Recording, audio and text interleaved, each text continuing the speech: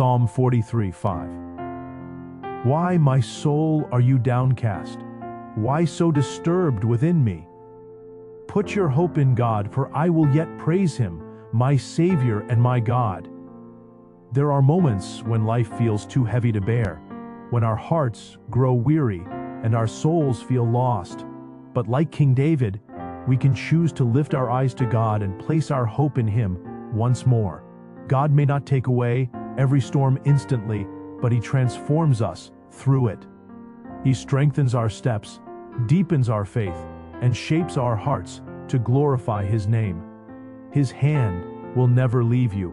He is your steady refuge. So fix your eyes on him. Keep hoping, keep trusting, and keep praising your Savior.